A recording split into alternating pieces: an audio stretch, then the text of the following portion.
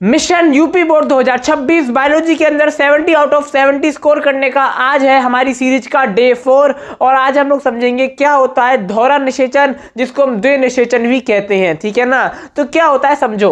अरे निषेचन का मतलब क्या होता है? नर युग्मक और मादा युग्मक का आपस में मिलना, बोले तो निषेचन। उससे क्या बनता है? आपका युग्मनज बनता है। इसमें क्या होगा? दोहरा निषेचन यानी कि दो बार निषेचन होगा।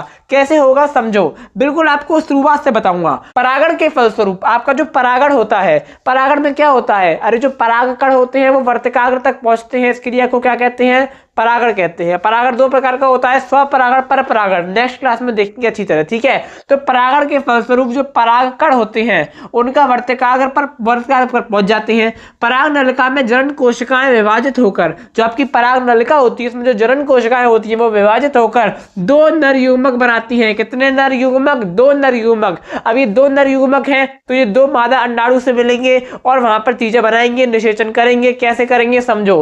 अब यहाँ पर क्या होता है? पराग नलिका नर युग्मक को भ्रूण कोश में पहुंचाती है। भ्रूण कोश में एक नर युग्मक मादा के अंडाणु से मिलकर युग्मनज बनाता है। एक निषेचन हो गया, जिसमें क्या हुआ? जो आपका नर युग्मक था वो मादा के अंडाणु से मिलकर क्या बना दिया? युग्मनज बना दिया। जबकि जो आपका दूसरा नर युग्मक होता है, ये दो नर युग्मक बने हैं। ठीक है ना, तो जो दूसरा नर युग्मक होता है वो मादा के अंडाणु से मिलकर भ्रूण पोष का निर्माण करता है। आपका जो भ्रूण पोष होता है वो त्रिगुणित होता है और जो आपका युग्मनज होता है वो द्विगुणित होता है। युग्मनज कैसा होता है? द्विगुणित। भ्रूण पोष कैसा होता है? त्रिगुणित। जो आपका नर युग्मक है वो पहले मादा अंडाणु से मिला, क्या बनाया? युग्मनज बनाया। जो आपका नर युग्मक है वो किससे मिला? मादा अंडाणु से मिला, क्या बनाया? भ्रूण पोष बनाया। भ्रूण पोष त्रिगुणित और जो आपका युग्मनज है वो कैसा है? द्विगुणित। ठीक है, आशा करता हूं कि आपको समझ में आ गया होगा। बिल्कुल इजी वे में मैंने आपको समझाने का प्रयास किया है। आप ले लो उसका स्क्रीनशॉट फटाफट से। ठीक है ना, बिल्कुल इजी जो लैंग्वेज हो सकती थी वो मैंने यहाँ पर आपको बताने का प्रयास किया है। अब मैं आपको मिलूंगा एक और नई क्लास में नए टॉपिक के साथ में। तब तक के लिए